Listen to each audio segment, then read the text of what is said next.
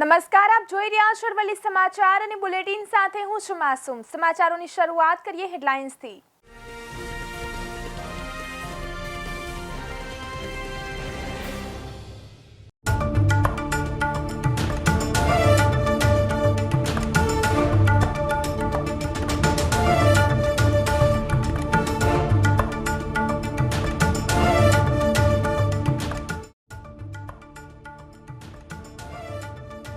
बीसीआईના સભ્યો ગુજરાત આવશે। ગુજરાત યુનિવર્સિટી સંલગ્ન લો કોલેજોમાં પ્રવેશ પ્રક્રિયા ફરી શરૂ કરવા હાઈકોર્ટનો આદેશ। 30 જૂને વધુ સુનાવણી। કિચનનું બજેટ ખોરવાતા રસોઈનો સ્વાદ ફીકો પડ્યો। પ્રતિ કિલો ટામેટા ₹70, જીરું 500 અને તેલના ડબ્બાનો 2850ને આંબી ગયો।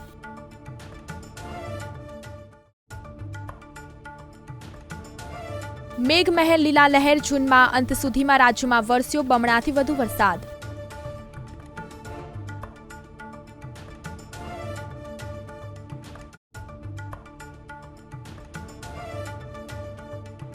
મહુવા પાલિતાણાની જનતા સિટી બસની સુવિધાની રાહમાં। સિટી બસ સુવિધા ન હોવાથી મુસાફરો રિક્ષાના તગડા ભાડાથી લૂંટાઈ રહ્યા છે।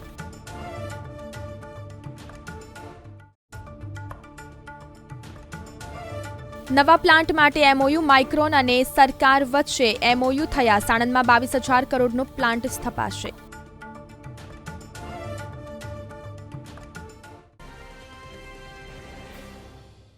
મહત્વના સમાચાર આવી રહ્યા છે। અરવલ્લી જિલ્લામાં મુસ્લિમ બિરાદરોએ કરી બકરી ઈદની ઉજવણી। મોડાસા તાલુકાના ટિંટોઈ ગામે મુસ્લિમ સમાજના લોકોએ કરી બકરી ઈદની ઉજવણી। તો વહેલી સવારે ઈદગાહ પર મોટી સંખ્યામાં મુસ્લિમ બિરાદરો દ્વારા નમાજ અદા કરવામાં આવી।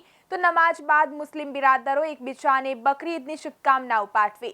તો ટિંટોઈ પોલીસ દ્વારા બકરી ઈદના તહેવારને લઈને બંદોબસ્ત ગોઠવવામાં આવ્યો। તો અરવલ્લી જિલ્લામાં મુસ્લિમ બિરાદરોએ કરી બકરી ઈદની ઉજવણી। મોડાસા તાલુકાના ટિંટોઈ ગામે મુસ્લિમ સમાજના લોકોએ કરી ઈદની ઉજવણી। વહેલી સવારે ઈદગાહ પર મોટી સંખ્યામાં મુસ્લિમ બિરાદરો દ્વારા નમાજ અદા કરવામાં આવી। બનાસકાંઠાથી સમાચાર આવી રહ્યા છે। દિયોદરમાં મસ્જિદમાં બકરી ઈદની નમાજ અદા કરવામાં આવી। પોલીસના ચુસ્ત બંદોબસ્ત વચ્ચે મુસ્લિમ બિરાદરોએ નમાજ પઢી। તો નમાજ બાદ અલ્લાહ પાકની દરગાહમાં સલ્લાહુ અલેહી વસલમની દુઆ કરાઈ। તો નમાજ અદા કરી મુસ્લિમ બિરાદરો દ્વારા ઈદ મુબારક કર્યા। દિયોદરમાં શાંતિપૂર્વક માહોલમાં બકરા ઈદ મનાવવામાં આવી। તો દિયોદર મસ્જિદમાં બકરી ઈદની નમાજ અદા કરવામાં આવી। પોલીસના ચુસ્ત બંદોબસ્ત વચ્ચે મુસ્લિમ બિરાદરોએ નમાજ પઢી। નમાજ બાદ અલ્લાહ પાકની દરગાહમાં સલ્લાહુ અલેહી વસલમની દુઆ કરવામાં આવી। બીજી તરફ વાત કરીએ તો મહેસાણા જિલ્લામાં પ્રતિ ક્વિન્ટલ 2630ના ભાવે બાજરીની ખરીદી પુરવઠા નિગમના ખરીદ કેન્દ્રો પરથી શરૂ કરવામાં આવી છે। જેમાં અત્યાર સુધીમાં 180 ખેડૂતોએ 42,000 તેમજ 4,25,150 ક્વિન્ટલ બાજરીનું ટેકાના ભાવે વેચાણ કર્યું છે। જે પૈકી 120 ખેડૂતોને બુધવાર સુધીમાં કુલ ₹70 લાખનું ચૂકવણું કરાયું હોવાનું પુરવઠા નિગમના સૂત્રોએ જણાવ્યું હતું। મહેસાણા જિલ્લાના તાલુકા સેન્ટરોમાં સરકારી ટેકાના ભાવે બાજરી વેચાણ માટે કુલ 512 ખેડૂતોએ નોંધણી કરાવેલી છે। જેમાં સૌથી વધુ સતલાસના તાલુકામાં 229, વિજાપુરમાં 142 અને ખેરાલુમાં 118, ખેડૂત વડનગરમાં 11, વિસનગરમાં 6, મહેસાણામાં 5 અને કડીમાં 1 ખેડૂતનો સમાવેશ થાય છે। ગુજરાત સરકારે રાજ્યમાં લાલ ડુંગળી પકવતા અને તેનું સૌરાષ્ટ્રના વિવિધ જિલ્લાઓની એપીએમસીમાં વેચાણ કરતા ખેડૂતોને પ્રતિ કિલો ₹2ની આર્થિક સહાય કરવાનો ખેડૂત હિતલક્ષી નિર્ણય કર્યો હતો। આ પેકેજનો વધુને વધુ ખેડૂતો લાભ લઈ શકે તે માટે પેકેજનો સમયગાળો લંબાવવાનો રાજ્ય સરકારે નિર્ણય કર્યો છે। આ માટે 26 જુલાઈ સુધીમાં અરજી કરવાની રહેશે। કૃષિ મંત્રી રાઘવજીભાઈ પટેલે ઉમેર્યું કે આ સહાય પેકેજનો લાભ મેળવવા માટે ખેડૂતોએ તારીખ 14 ફેબ્રુઆરીથી 6 માર્ચ સુધીના સમયગાળામાં પોતાના ખેતરમાં ઉત્પાદિત થયેલી લાલ ડુંગળીનું એપીએમસીમાં વેચાણ કર્યું હોય તેવા ખેડૂતોને જ આ લાભ મળવાપાત્ર રહેશે તેમ જાહેર કરાયું હતું। ગુજરાતમાં આગામી 5 દિવસ ભારેથી અતિ ભારે વરસાદની આગાહી કરવામાં આવી છે। મોન્સૂન ટ્રફ અને સર્ક્યુલર સિસ્ટમ એમ બે સિસ્ટમ સક્રિય થવાથી ગુજરાતભરમાં મેઘમહેર જોવા મળી રહી છે. ભારેથી ભારે વરસાદની આગાહીને લઈને માછીમારોને 5 દિવસ દરિયો ન ખેડવા સૂચના અપાઈ છે. 24 કલાકમાં ગુજરાતના 186 તાલુકામાં વરસાદ નોંધાયો છે, જેમાં સૌથી વધારે દક્ષિણ ગુજરાતમાં પારડી અને વલસાડમાં 7 ઇંચ વરસાદ ખાબક્યો છે. તેમજ દક્ષિણ ગુજરાતમાં ભારેથી ભારે વરસાદની આગાહી કરવામાં આવી છે. शिक्षक कभी साधारण नहीं होता, આ વાક્યને સાર્થક કર્યું છે ઈડરની પ્રાથમિક શાળા નંબર 1ના શિક્ષકે, જેના કારણે બાળકોથી લઈ વાલીઓમાં પણ પ્રિય બન્યા છે આ શિક્ષક. જોઈએ એક એવા શિક્ષક કે જેઓ કંઈક અલગ જ રીતે શિક્ષણ આપે છે. આમ તો સરકારી શાળાઓને છોડી વાલીઓ ખાનગી શાળામાં બાળકોને અભ્યાસ અર્થે મોકલતા હોય છે, ત્યારે આ ઈડરની પ્રાથમિક શાળા કે જ્યાં બાળકોને વાલીઓ સામેથી મોકલે છે. જી હા, આ શાળાના શિક્ષક કંઈક અલગ જ રીતે શિક્ષણ આપે છે અને એના કારણે બાળકોની યાદશક્તિ વધે છે અને બાળકો તમામ રીતે પરિપક્વ બની જાય છે. આ છે ઈડર પ્રાથમિક શાળા નંબર 1ના શિક્ષક હિતેશભાઈ પટેલ, કે જેઓ પોતાના અલગ પ્રકારના શિક્ષણને લઈને હાલ તો સોશિયલ મીડિયામાં છવાયા છે અને નાના બાળકોથી લઈને વાલીઓ અને સ્ટાફમાં પણ પ્રચલિત બન્યા છે. અને એટલે ઈડર શહેરમાં આવેલ આ સરકારી શાળામાં 400થી વધુ બાળકો અભ્યાસ અર્થે આવે છે, એ પણ ખાનગી શાળાઓ છોડી, અને અહીં વધુ બાળકો મજૂરી કામ કરતા વાલીઓના છે, એવું પણ આચાર્યએ જણાવ્યું હતું. ઘરે એને બાળકો એમ કહેતા તો અમને આ ગીત શીખવાડ્યું, આ શીખવાડ્યું, અમને અભ્યાસમાં એમ કહેલા તમે શીખવાડો છો, બધા અભ્યાસ બી કરાવી છે કે ને આ અભ્યાસ બી અમારે કરો, સાઈડમાં મને આ બી શીખવાડે છે. સવારે બધા છોકરા 7 વાગે નિયમિત સ્કૂલમાં આવે છે, પછી પ્રાર્થનાનો કાર્યક્રમ શરૂ થાય છે. સરસ મજાની પ્રાર્થના ગવડાવે છે અને સુવિચાર, સમાચાર અને અમારા શિક્ષકો અમને બાળગીત કરાવે છે અને યોગ પણ સારા કરાવે છે. પછી પ્રાર્થના પૂરી થાય છે અને અમને અમારા ક્લાસમાં લઈ જાય છે અને પછી હાજરી પૂરીને જ્ઞાનકુંજ પ્રોજેક્ટર પર અભ્યાસ કરાવે છે. તે અમને રોજ હોમવર્ક આપે છે અને અમે પણ નિયમિત હોમવર્ક કરી દઈએ છીએ. હિતેશ સર અમને વિજ્ઞાન ભણાવે છે અને તે એટલું સરસ વિજ્ઞાન ભણાવે છે કે ભણવાની મજા જ આવી જાય છે. આમ તો આ શાળામાં સરકાર દ્વારા આપેલ તમામ પ્રકારના સાધન સામગ્રી ઉપલબ્ધ છે અને એ તમામ સાધનો દ્વારા બાળકોને અહીં મફતમાં શિક્ષણ અપાય છે અને એમાંય અહીં એક પ્રયોગશાળા પણ બનાવી છે. અને હિતેશભાઈ ગણિત વિજ્ઞાનના શિક્ષક છે અને તેઓ ગણિત હોય કે વિજ્ઞાન, પરંતુ હિતેશભાઈ જે બાળકો સમજે નહીં તેઓને વિષય પ્રમાણે શિક્ષણ આપે છે અને એમાંય જો બાળકો સમજે નહીં તો ગીત કે અભિનય ગીત ગાઈને શિક્ષણ આપે છે. તો આ ઉપરાંત જે વિષયમાં બાળકોને સમજ ન પડે તેવા વિષયમાં આ શિક્ષક પોતાની આગવી શૈલીમાં શિક્ષણ આપીને બાળકોને ભણાવે છે, જેના થકી બાળકો ગીત, રમત અને ગમ્મત સાથે શિક્ષણ મેળવે છે. તો આ શાળાના બાળકો આ શાળા છોડી અલગ જગ્યાએ જવા પણ તૈયાર નથી, જેનું કારણ છે અહીંના સ્ટાફ. માત્ર હિતેશભાઈ જે કે અભિનય ગીત રજૂ કરે છે, તેઓ સાથે શાળાનો સ્ટાફ પણ આપે છે, જેને લઈને ઈડર શહેરમાં આ શાળાની બોલબાલા વધી છે. ખાસ કરવાની વાત કરું તો બાળકોને પ્રાર્થનાથી માંડીને પ્રાર્થનામાં પણ સુવિચાર, સમાચાર, પ્રશ્નોત્તરી, જોડકના, બાળગીત સમૂહમાં અમે શિક્ષકો બાળગીત કરીએ છીએ અને બાળકોને જેમ બને એમ એમનામાં સારી રુચિ પેદા થાય, સારા સંસ્કાર મળે એવા પ્રયત્નો રહે છે અમારા. ત્યાર પછી અમે વર્ગમાં પણ એ રીતે કામ કરીએ છીએ. વર્ગમાં પણ અમે બાળકોને જો કોઈ ટૉપિક કઠિન મુદ્દો છે અને બાળકને સમજ મળતી નથી તો અહીંયા માનો કે વિજ્ઞાન વિષય છે, હું વિજ્ઞાન ભણાવું છું, તો વિજ્ઞાનમાં કોઈ ટૉપિક એવો છે કે બાળકને ખબર પડતી નથી, તો બાળકને એક નાનું જોડકનું કહું કે બેટા જોડકનું તું એકવાર બોલતો, એટલે બાળક બોલે કે બેટા તને યાદ રહી ગયું જોડકનું? હા રહી ગયું. તો પણ આ કેમ યાદ ના રહ્યું? એમ કરી બાળકને પણ એ વસ્તુ યાદ કરવાનો હું મહાવરો કરાવું છું. જો એનાથી પણ એને સમજ ન પડે તો અહીંયા મિની સાયન્સ લેબ છે, સ્ટીમ લેબ, એમાં પણ લઈ જઈ અને બાળકને પૂરેપૂરો ખ્યાલ મળે એવો પ્રયત્ન અમે કરીએ છીએ. શાળાની અંદર ખૂબ સારી પ્રવૃત્તિઓ કરાવવામાં આવે છે. શાળાની અંદર બાળગીત કરાવવામાં આવે છે, જ્ઞાનકુંજ પ્રોજેક્ટ ચાલે છે, શાળાની અંદર રમતો કરાવવામાં આવે છે, બાળકોને વિવિધ પ્રકારની પ્રવૃત્તિઓ દ્વારા શિક્ષણ આપવામાં આવે છે. શાળાની અંદર સ્પોકન ઇંગ્લિશના ક્લાસ ચાલે છે, 0 ધોરણ ચાલે છે, બાલવાટિકા ચાલે છે.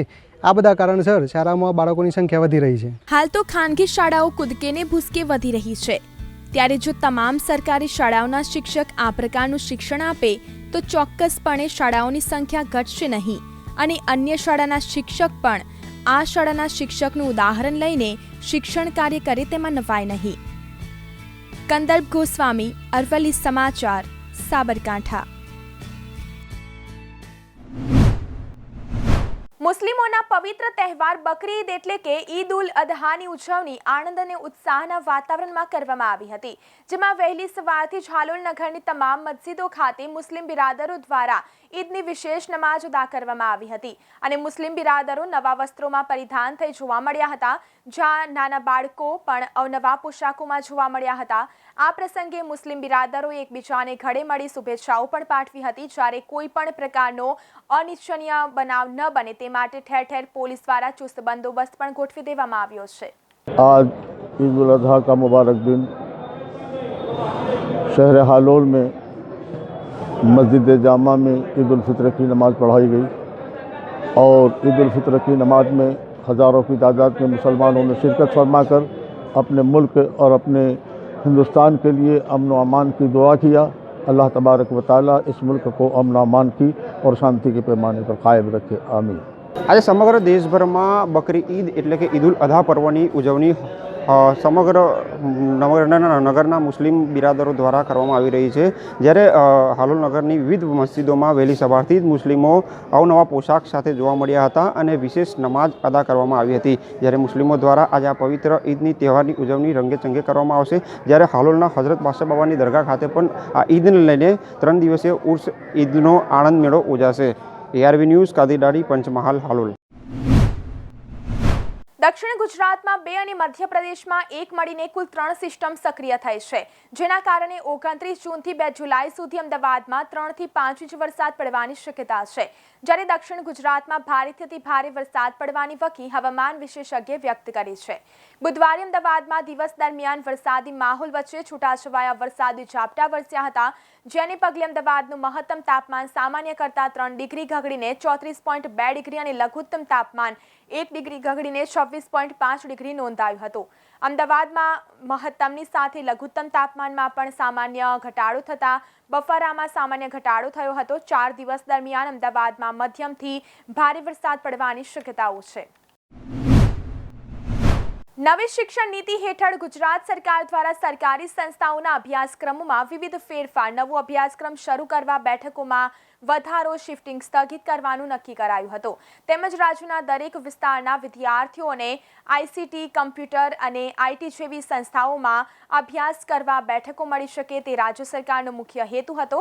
આ માટે વિદ્યાર્થીઓના હિતને લઈ રાજ્યની સરકારી ઇજનેરી કોલેજો ખાતે ડિગ્રી અભ્યાસક્રમોમાં 210 બેઠકોનો વધારો, 270 બેઠકોનું શિફ્ટિંગ અને 870 બેઠકો સ્થગિત કરવામાં આવી છે, તેમજ અનુસ્નાતક અભ્યાસક્રમોમાં 54 બેઠકોનો વધારો અને 72 બેઠકોનું શિફ્ટિંગ તથા સરકારી પોલિટેકનિક સંસ્થાઓમાં ડિપ્લોમા અભ્યાસક્રમોમાં 360 બેઠકોનો વધારો, 90 બેઠકોનું શિફ્ટિંગ અને 390 બેઠકોને સ્થગિત કરવાનો સરકાર દ્વારા નિર્ણય લેવામાં આવ્યો છે। 2006 થી રાજ્ય સરકારના ક્લાસ 3 કર્મચારીઓ માટે અમલમાં મુકાયેલી ફિક્સ પગારની નીતિમાં સુધારો કરવાની માંગ ઉઠી છે। સચિવાલય સ્ટાફ એસોસિએશને આ નીતિની સમીક્ષા કરી જરૂરી સુધારા વધારા કરવાની માંગ કરી છે। રાજ્ય સરકાર દ્વારા વર્ષ 2006 થી વર્ગ 3 માટે નોકરીના પ્રથમ 5 વર્ષ માટે ફિક્સ પગારની નીતિ અમલમાં લાવવામાં આવેલ છે। આ નીતિ સમાન કામ સમાન વેતનના સિદ્ધાંતનો ભંગ કરતી હોવાથી સચિવાલય સ્ટાફ એસોસિએશન દ્વારા ગુજરાતમાં પ્રવર્તમાન ફિક્સ પગારની નીતિમાં પુનઃ સમીક્ષા કરી જરૂરી સુધારા કરવા સરકાર સમક્ષ માંગ કરવામાં આવી છે। ગુજરાતમાં પ્રવર્તમાન ફિક્સ પગારની નીતિમાં પુનઃ સમીક્ષા કરી જરૂરી સુધારા કરવા વર્ગ 3 કર્મચારીઓનો સચિવાલય સ્ટાફ એસોસિએશન દ્વારા માંગ કરીને સૈદ્ધાંતિક વિરોધ કરવામાં આવ્યો છે। આ અંગે એસોસિએશનના પ્રમુખ મહેશસિંહ વાઘેલાએ નાણાં વિભાગના અધિક મુખ્ય સચિવને પત્ર લખી રજૂઆત કરાઈ છે કે પ્રસ્તુત નીતિની નાબૂદી અંગે ઉચ્ચતમ ન્યાયાલયમાં હાલ દાવો ચાલી રહેલ છે। હવામાન વિભાગ દ્વારા આગામી 1 જુલાઈ સુધી રાજ્યમાં વરસાદની આગાહી કરવામાં આવી છે। ક્યાંક ધીમી ધારે તો ક્યાંક ધુઆધાર વરસાદ પડે તેવી શક્યતા રહેલી છે, ત્યારે હવામાન વિભાગ દ્વારા નવસારી અને વલસાડમાં વધુ વરસાદની શક્યતાને પગલે રેડ એલર્ટ જાહેર કર્યું છે। આ ઉપરાંત સુરત અને ડાંગ તેમજ તાપીમાં પણ વરસાદની શક્યતાને લઈ અને ઓરેન્જ એલર્ટ જાહેર કરવામાં આવ્યું છે। સાથે સાથે દાદરા નગર હવેલી અને દમણમાં પણ રેડ એલર્ટ જાહેર કરાયું હોવાથી વધુ વરસાદની શક્યતા જોવા મળી રહી છે। હવામાન વિભાગના જણાવ્યા અનુસાર રાજ્યમાં આગામી 5 દિવસ ભારે વરસાદ પડી શકે છે। દક્ષિણ ગુજરાતમાં અતિ ભારે વરસાદની આગાહી કરી છે। વલસાડ, નવસારી, સુરતમાં અત્યંત ભારે વરસાદ પડી શકે તેમજ બનાસકાંઠા સાબરકાંઠામાં ભારે વરસાદ, જૂનાગઢ, અમરેલી, ભાવનગર, દ્વારકા, જામનગરમાં ભારે વરસાદની આગાહી છે. તેમજ ગીર સોમનાથ અને દીવમાં અતિ ભારે વરસાદ પડે તેમાં તેવા અણસાર હોવાથી તંત્ર દ્વારા માછીમારોની આગામી 5 દિવસ દરિયો ન ખેડવા સૂચના આપવામાં આવી છે. કોરોના કાળ પછી લોકો સ્વાસ્થ્ય પ્રત્યે જાગૃત થયા છે. શુદ્ધ, સાત્વિક અને આરોગ્યવર્ધક આહારને પ્રાથમિકતા આપવા લાગ્યા છે. અને બીજી બાજુ ખેડૂતો પણ પરંપરાગત પાકોની વાવણીની સાથે સાથે બાગાયતી ઉત્પાદન તરફ આકર્ષિત થયા છે. બાગાયતના ઉત્પાદન પાક વ્યવસાય આર્થિક રીતે લાભકારી સાબિત થઈ રહ્યો છે. અમરેલી જિલ્લામાં ઘણા ખેડૂતોએ બાગાયતી પાકોના ઉત્પાદનમાં સફળતા મેળવી છે. ખાસ કરીને બીજા રાજ્યોના ફળો જેમાં સફરજન, અંજીર, કેળા તેમજ જામફળ, સ્ટ્રોબેરી, ડ્રેગન ફ્રૂટ, ચીકુ, લીચી, તાઇવાની, તરબૂચની ખેતી કરી રહ્યા છે. બાગાયત ફળોના ઉત્પાદન કરી ખેડૂતો આર્થિક રીતે સદ્ધર થઈ રહ્યા છે. અમરેલી જિલ્લાના બાગાયત વિભાગ દ્વારા ખેડૂતોને બાગાયતની ખેતી ક્ષેત્રે પ્રોત્સાહન આપવા માટે વિવિધ યોજનાકીય સહાય આપવામાં આવી રહી છે. જેમાં શાકભાજીને લગતી નાની નર્સરી યોજનાની સાથે સાથે અન્ય ઘણી યોજનાઓ છે. આ યોજનાઓનો લાભ લેવા માટે 19 જુલાઈ સુધી ખેડૂત પોર્ટલ પર ઓનલાઈન અરજી કરી શકાય છે. તો આ સાથે બુલેટિનમાં અત્યારે બસ આટલું જ. વધુ સમાચાર જોવા માટે જોતા રહો અરવલ્લી સમાચાર, એટલે તમારો વિસ્તાર, તમારી વાત.